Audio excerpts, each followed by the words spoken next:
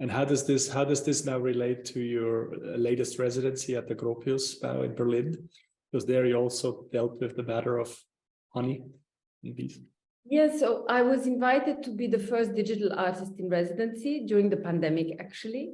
And I did a previous kind of tech project with the Google Arts and Culture in San Francisco in 2018. And so I'm very interested in new technology and how to use it in the context of storytelling. So my brief was extremely general. The museum wanted to look at hospitality, at architecture, at its history, at public engagement, at its also focus on botany and ecology. And Stephanie Rosenthal kept referring to me like a super glue, like some sort of a glue that would connect all these things. And of course, because I'm always thinking about bees, I thought, like, why not? We have a new species of bees called Apis gropius. Apis is the Latin term for a bee. So Apis gropius really did connect all of these elements of architecture and history and the building itself and public engagement. So the story was that Apis gropius, doing the research on the building, I found these images of the museum after the bombing, after the Second World War bombing. And there were all these cavities, and bees love cavities because they're cozy and warm. And so I had this idea that this fictional, semi-fictional bee, Apis gropius, moved into one of the cavities of the destroyed building and just stayed there and kind of co-evolved with the museum. And co-evolution is something that I find very interesting also in the context of bees. Mm-hmm, mm-hmm. I think it's kind of could be a very generative methodology. Yes, of course. I also like the fact that you said that you mentioned when you spoke about this project that you like also the fact that they're domesticated, but yet they're wild. And that you compared also the fact, that the bees, as well as the technology used there, the augmented reality, also feels a little bit like that, domesticated versus wild. And I like that comparable you made, between the technology and the animals we try so much to control, and gain certainly things from usually, yeah. And I couldn't help. No, I was just thinking now, I'm glad that you picked up on that, because I think, now if you look at the whole conversation about AI, it's precisely this, like how and do we control it? And I'm actually thinking now of Michael Pollan, his books about botany, and his question, is it us who control botany, or are our desires and the plants actually controlling us? Yeah, so I like that a lot, the wild and the domesticated balance. And then do you take the leap and compare directly to human relationships, or is it just like separate worlds, or do you actually go like, we could? Well, it's problematic precisely because we like to project ourselves, and bees are sort of a space where you can really project anything on, and it's such a tendency that humans have, right, to see themselves in nature. But I think it is impossible, actually. Somehow. So there is also, in this idea of being a cross-pollinator, it's kind of ridiculous. I'm not. It's playful. Yes, exactly. Yeah. And kind of maybe a failed attempt to speak differently about this thing that we're sort of cross-disciplinary or multidisciplinary or. Well, exactly. I think in an ideal world, you all are doing this to a large extent, exactly. Of course.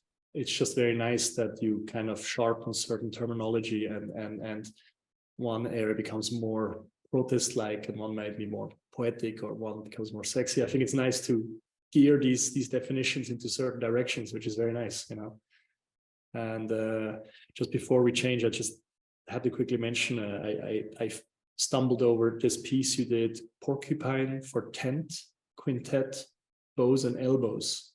And what it is, it's a work that you did with 5 LA Philharmonica musicians who played their instruments inside a white cloth tent. So you kind of like when they were playing music, you saw the fabric move. You didn't see anybody, you just saw the fabric move like a kind of wild living being. And I just think this, without knowing you very well yet, I think this sort of, for me, is a very nice image of your multidimensional practice. So I had a real nice time watching this piece. So thank you. And musicians really like to do it. You know, I think this is also the thing when you work with other people, that they have fun and they understand what you're trying to do. You could really tell from the piece that they have fun without seeing them. You cannot not have fun. I think it's really great, and it's poetic, and it's between what you can see and what you cannot see and what you feel and you don't feel. It's a nice balance. Very nice. Thank you. Yeah, I mean, the idea really was that I wanted to give a body to something really ephemeral. I wanted to trap sound in a physical sense, and yes, I think nice. it translates. Thank you. Great question, Samuel. Thank you. Okay, great. We move to Augustas, Serapinas. Augustas, good morning to you as well. We've known each other for a while, and I've always been fascinated by, I repeat myself, but I love the story of, you know, you obviously had a long time, this sense of non-physical, non-material practice, as you called it.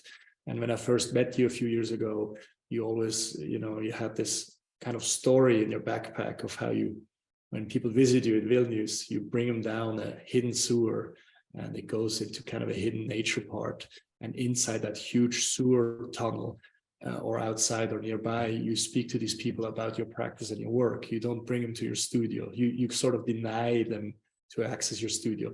This might have changed, you might have studio or not, but I like the fact that you take people on this leap of faith of what they believe in your work and what they want to talk about, and you actually bring them to a non-place, so to speak.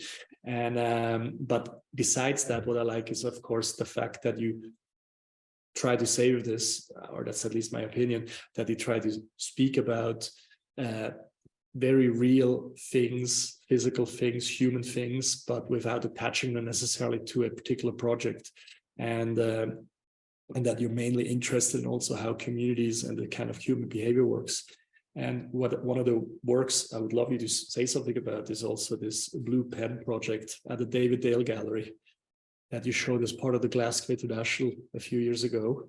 And maybe you can say a few words about how this sort of shows your kind of communal thinking. Well, thank you, Samuel, for inviting me, and thank you everyone for having me. And well, basically, okay, Blue Pen then. Well, basically, I have my practice is like sort of, I mean, in general, I was like educated in a very like classical school of arts, fine arts. It was like where basically from 10 years, from 11 till 18, I was like, yeah, drawing.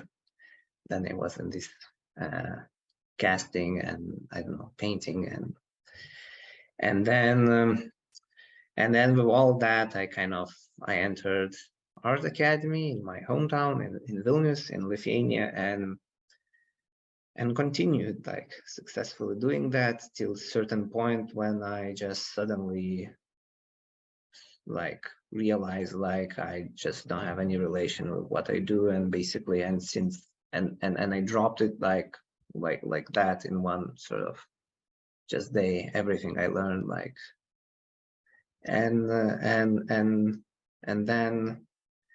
then basically it started sort of this my practice where I actually did everything quite opposite what I was educated. So I didn't have like studio.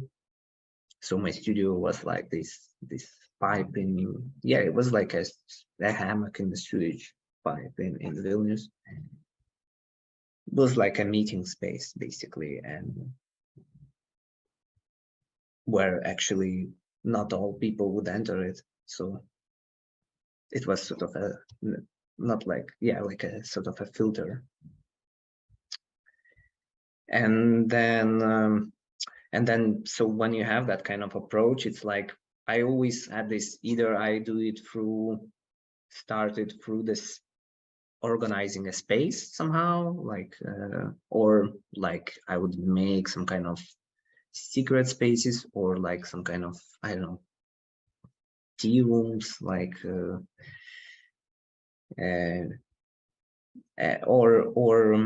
I would do opposite, and I would go there like to people, to like, and usually it would be either people who work at the institutions, but like you usually as a visitor don't know about them, so it's not a correct curator or director, but like some kind of art handler, finance officer, like, or I don't know, PR manager or something, and or I go to the neighbors, basically the ones who live like next to the exhibition space, and that's where like the Blue Pen, this project I did in Glasgow, is about. Is basically I went to this literally like next door, like there was like a factory, a family-run factory, and they were producing different sort of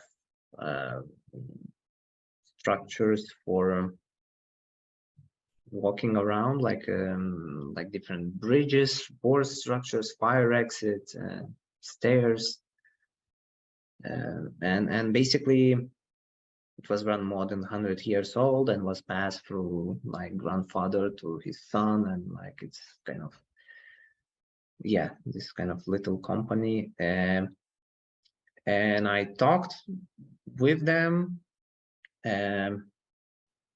basically, and learned this story about like their project in 70s, when they were doing this like basically they had this commission for a bakery in Glasgow, an industrial bakery, like a big bakery, and they were doing like a bridge over this sort of industrial mixer, like a dough mixer, which is like this kind of thing which slowly like mix everything together for the bread. And yeah, and one of the, basically they almost were finished, and one of their employees, he leaned to look at this mixer, and he had this blue pen in his pocket, in the t-shirt, and he dropped it in, and they ended up producing more than 10,000 bread pieces, which were not suitable for consumption.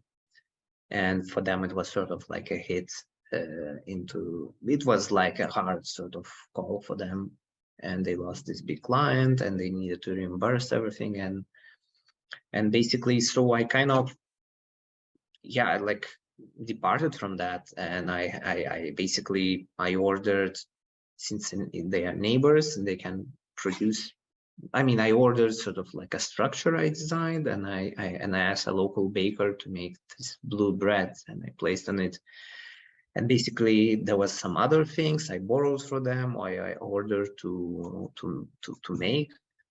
And it was the show about like what these neighbors are and what they do, because usually like you don't really sort of, it's sometimes like fascinating that you can live close to each other physically, but your trajectories like never interfere.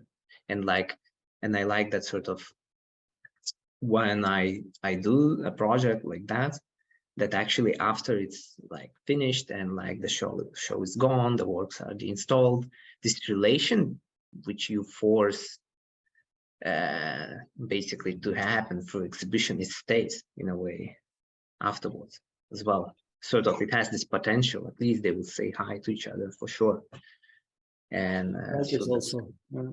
And I like the fact that you generally always like to stay very near to where you're invited, but you go just right outdoors, like outside the skin, you know, you're right behind the wall or you're right immediate neighbor. And I think it's the proximity, because you don't go out into the region. It's like this physical closeness, which still feels so far away, that you bring closer. And of course, by that, you also, I guess, you also question, of course, the exhibition space and the parameters of where we all are invited to show something in, because we're still so set by being invited by an institution, showing inside somewhere, and then we sort of have to dare to break out of that box. And I think it's challenging also who we're supposed to work with as well, you know, because you're obviously working with neighbors, whoever's there, you know, and you kind of convince them by rhetoric to like your project and to work with you. And it's this